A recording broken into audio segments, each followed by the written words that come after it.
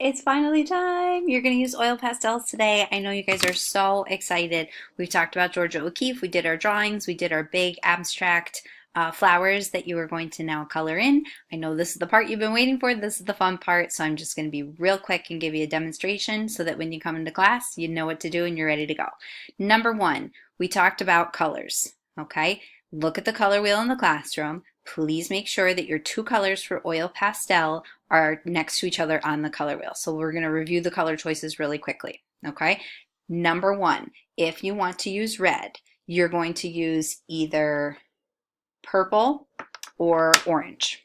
Okay. So if red is your main color, that's the first one you choose, then you get to choose either purple or orange with it. Okay. If you choose orange, go back, you can use that red still, or you can use yellow with it. Okay, so if orange is your color, you choose either red or yellow to go with it.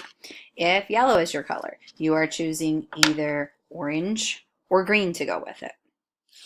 If you're choosing green, you get to choose either, here we go, yellow or blue to go with it. Okay. If you choose blue, okay, you can choose either green or purple. Okay, so those are your color choices with blue. And then last, coming back to the beginning of the color wheel, if you choose purple, you go back to the beginning of the color wheel with red, or you can also use blue. Okay, so those are your choices. I'm going to throw one more color at you. If you would like to, you can use pink. What? That's not on the color wheel. I know. However, a lot of students love to use pink, boys and girls. Okay, it's not just the girls, the boys like it too. So you could choose to use pink if you would like to, and here's what you're going to do. When you look at the color wheel in the classroom, you're going to see that red right up at the top, and you're going to just pretend that the red is pink. Okay, so pink could go with orange, or pink could go with purple. Okay, so if you're using that pink color, you can choose orange or purple. I'm going to use pink today for my demonstration. That way you'll have a good chance to see what it looks like. Okay, last thing before I get started with the demo is we want to make sure we have the supplies set up that we need at your workspace. So number one, you are going to need your Georgia O'Keeffe flower drawing. Okay, we already did these. They touch all four sides of the page. We talked about how they're large, sometimes a little abstracted. You can't tell that it's exactly a flower. You guys did an amazing job doing your drawing, so now it's time to get them colored. So that's the first thing. Second thing you need to make sure you have are whatever colors you choose as your oil pastels. Okay, and then you need two more little things. You need a paper towel. Okay, so have a paper towel, and then you need to make sure you have grabbed a piece of our newsprint to put underneath your project to make sure that you protect your workspace. Okay, so you need your drawing, you need your oil pastels, you need paper towel for blending, and you need the newsprint for underneath your workspace. Okay, you got those four things, you're ready to go. Okay, so I'm going to move my computer back a little bit, and I'm going to zoom in so you can see. I actually have a flower that is completed a little bit. I have used orange and I'm using pink. You can see my little pink oil pastels. They're dwindling down. Pastels are really, really soft. They're going to break on you. It's okay. You don't have to come tell me. You can take the paper off of them. All of these things are okay. It will happen. Okay, this orange one is lasting pretty nice here. I do have to peel a little bit of the paper off right now, so I'm going to do that really quick. Please just make sure that your little paper scraps go into the garbage. They end up on the floor a lot, and we want to make sure we keep our room clean.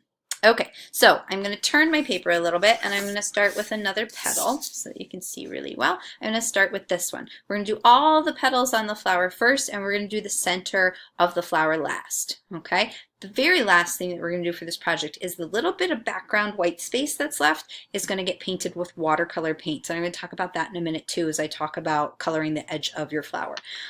What I'm going to do first is I'm going to choose one of my colors, and you can decide. I've been using pink first on this flower. I'm going to choose pink, and I'm going to outline with a pretty heavy, thick outline around one of the petals. Okay. After I have that outline done, I'm going to start at the tip of the petal, and I'm going to color back and forth, but all going straight towards the center. Okay. If I colored my petal side to side, or in circles, the lines wouldn't look as natural as the way the flower grows. So I always go from either center to tip or tip to the center, just so that you're going in that vertical motion instead of a horizontal motion. Okay. What I want to make sure that you see is that number one, I put my lines on pretty thick. There's a nice good covering of oil pastel in there. Number two, I left some of the white spaces. I didn't color everything in, and that's okay. That's the way you want it to be. Okay, now I'm going to take my second color. I'm going to take my orange. I'm going to go back through and I'm going to fill in some of those white spaces, but it's not important for me to get all of them. It is important for me to color in that same direction still, and it is important for you to continue to press hard with your oil pastel. If you don't get it on there hard enough, the blending part is going to be really tricky and your colors aren't going to come together. Okay, so I've got those two colors on there right now, and I even have some of these little clumpies on there. Those are good too. Leave them. Don't worry about getting them off. They'll be helping for your blending. I hope that you can see the difference between this petal that's not finished and these two that are. Okay, you can see how nicely they're blended together. They look a little bit more like a paint, where this one looks more like a crayon right now. Okay, so this is the fun part. You're going to take your pointer finger, okay, and you're going to wrap your paper towel around your pointer finger, so just like that. Okay, I'm going to start from the tip of the flower, or the tip of the petal, and I'm going to work my way in towards the center, following the shape of the petal, and in that same direction that I colored in, I'm going to continue to smear my oil pastel. Okay, I want to make sure that I get all those little white spaces filled in.